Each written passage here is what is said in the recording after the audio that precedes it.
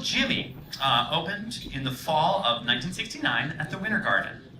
It revolved around Mayor Jimmy Walker, a notorious personality, who seemed a good subject for a musical, following the big hit of Fiorello about Mayor LaGuardia. In fact, Fiorello even had a song about Jimmy Walker in it. But while Fiorello was a moral mayor, Jimmy was a sleazebag mayor, which made for an interesting premise. The show wanted to follow in the others' footsteps, so choreographer Peter Gennaro, who was the only creative team member of both shows, was given top billing even above the director.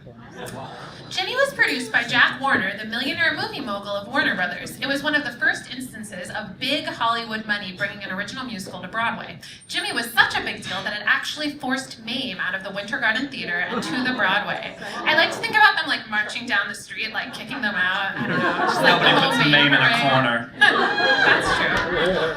The action of Jimmy took place from 1925 to 1931 and was intended to be a sharp satire of the time. But on the way to Broadway, rewrites intended to make the script more and more fun and positive actually started to make it bland and directionless. The show starred Frank Gorshin as Jimmy, alongside Anita Gillette and Julie Wilson.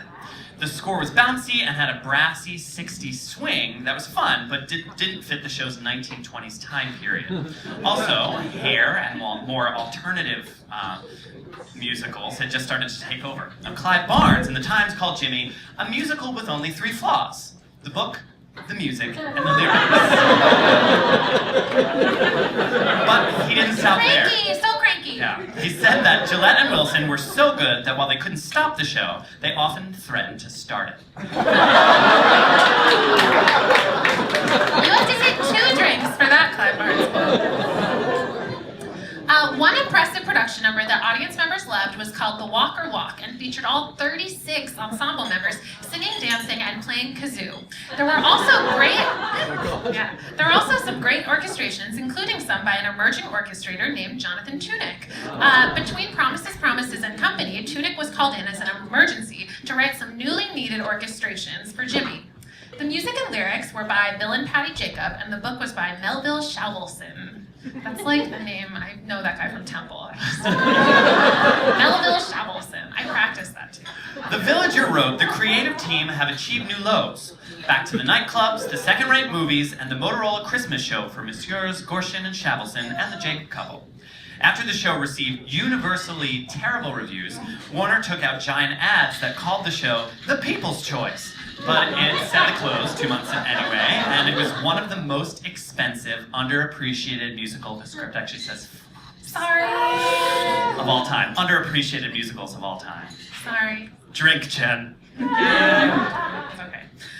In one scene, Mayor Jimmy Walker stood on a ferry looking at the city he once loved and raped.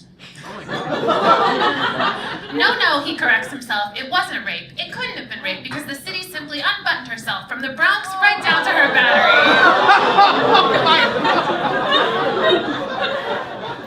1969.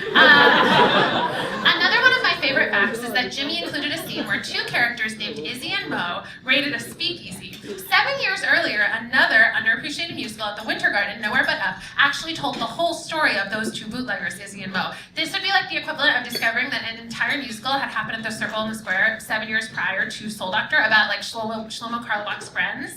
It was just like the most obscure people from that. I also like to think about the idea of like, we can't go through a Runs a Minute without a Merrily reference, but if the girl auditioning in the opening door scene of Merrily had a whole musical about her. That's what it would be like. The Evening News noted that the highlight of the score of Jimmy was the song Will You Think of Me Tomorrow, inspired by a song that Jimmy Walker had actually written called Will You Love Me in December. Here to speak about and sing a tune from Jimmy, original cast member Evan Thompson.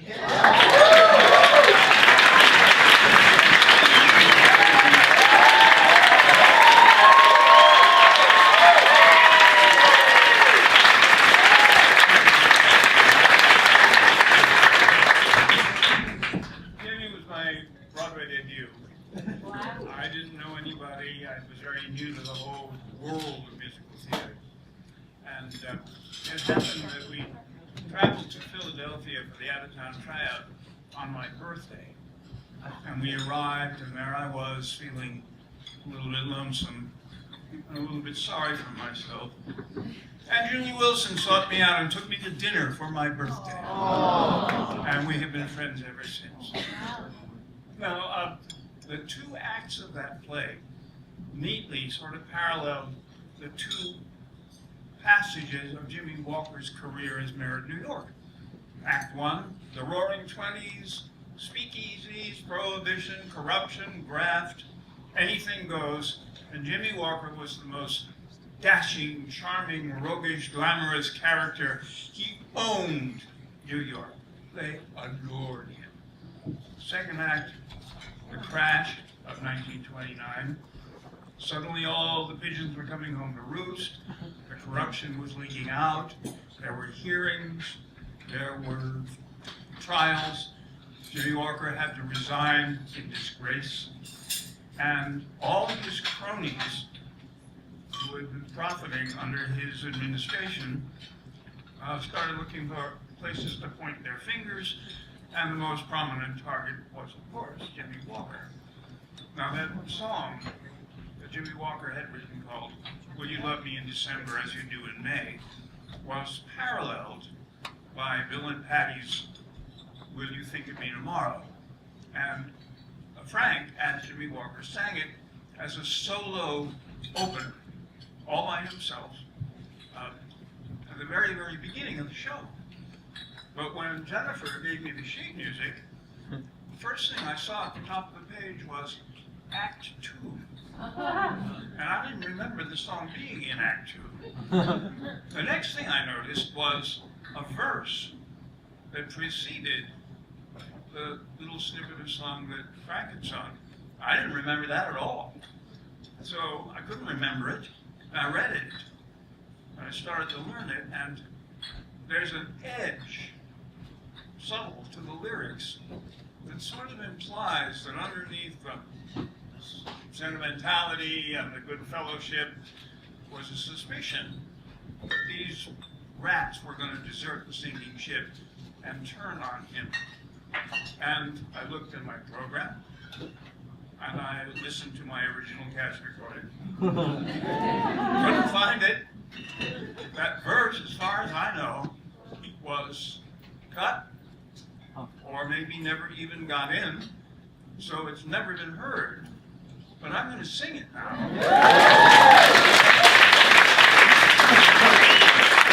So who knows, you may be hearing a world premiere.